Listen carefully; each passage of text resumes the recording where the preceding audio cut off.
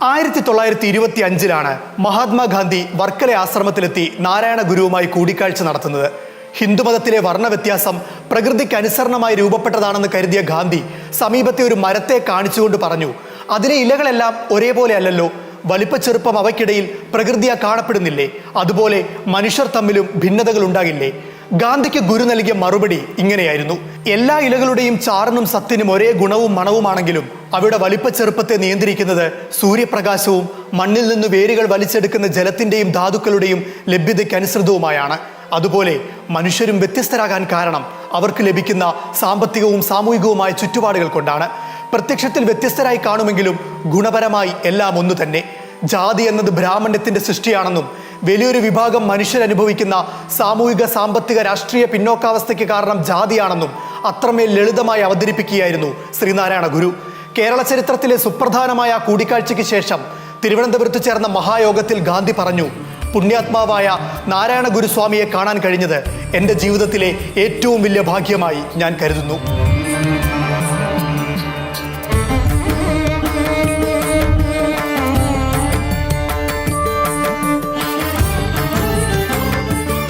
ഒരു ബിംബപ്രതിഷ്ഠ നടത്തുന്നത് അത്ര വലിയ സംഭവമല്ല. പക്ഷേ അനേകം ബിംബപ്രതിഷ്ഠകൾ നടന്നിട്ടുള്ള കേരളത്തിൽ അവയിൽ ഒന്നു മാത്രം ഒരു ഉജ്ജ്വല ചരിത്രമാകണമെങ്കിൽ അതൊരു സാധാരണ സംഭവമായിരിക്കില്ല. അരുവിപ്പുറം ശിവപ്രതിഷ്ഠ ഒരു ചരിത്ര വിസ്ഫോടനമായിരുന്നു. നെയ്യാറ്റിലെ കയത്തിൽ മുങ്ങി ഗുരു പൊക്കിയെടുത്ത് അന്ന് പ്രതിഷ്ഠിച്ചത് ആധുനിക കേരളത്തെയാണ്. വിഗ്രഹപ്രതിഷ്ഠ ബ്രാഹ്മണന്റെ ഏറ്റവും വലിയ അധികാരമായിരുന്നു.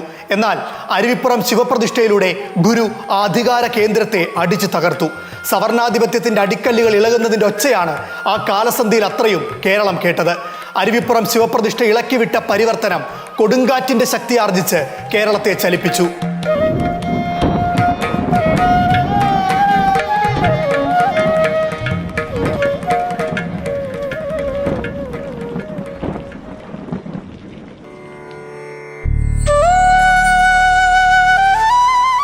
ജാതി വേണം, അത് കൂടിയേ തീരൂ എന്ന് ശടിച്ച ഒരു ജനതയോട് ഗുരു പ്രഖ്യാപിച്ചത് ഇങ്ങനെയാണ്: ജാതി പോണം, അത് നിരർത്ഥകമാണ്, അനാവശ്യമാണ്, ആത്മനിഷേധമാണ്.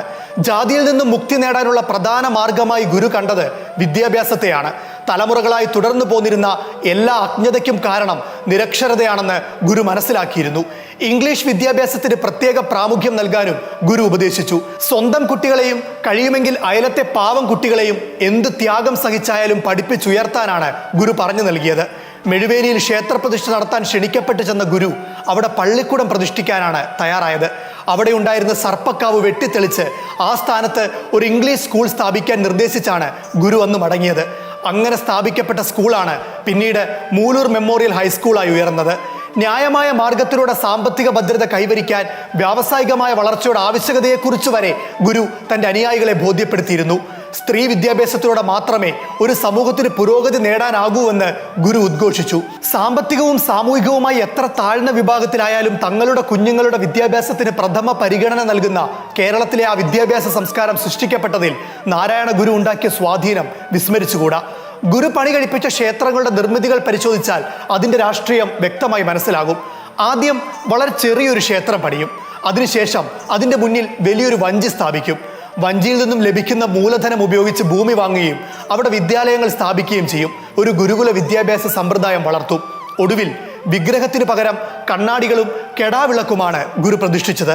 പിന്നീട് പുറപ്പെടുവിച്ച സന്ദേശത്തിൽ നമുക്കിനി വേണ്ടത് ദേവാലയങ്ങളല്ല, വിദ്യാലയങ്ങളാണെന്ന് ഗുരു പ്രഖ്യാപിച്ചു. അവനിവനെന്നറിയുന്നതൊക്കെയോർത്താൽ അവനിൽ ആദിമമായൊരാത്മരൂപം, അവനവൻ ആത്മസുഖത്തിനാചരിക്കുന്നവ അപരന് സുഖത്തിനായി വരേണം. ഞാനും നീയും തമ്മിൽ ഭേദമില്ലെന്ന ഗുരുവിൻ്റെ ഈ വാക്കുകളിലാണ് ശരിയായ അദ്വൈതം കുടികൊള്ളുന്നത്. ഒരു സന്യാസിക്ക് ലോകത്തിന് നൽകാവുന്ന ഏറ്റവും വലിയ ഉപദേശമാണത്.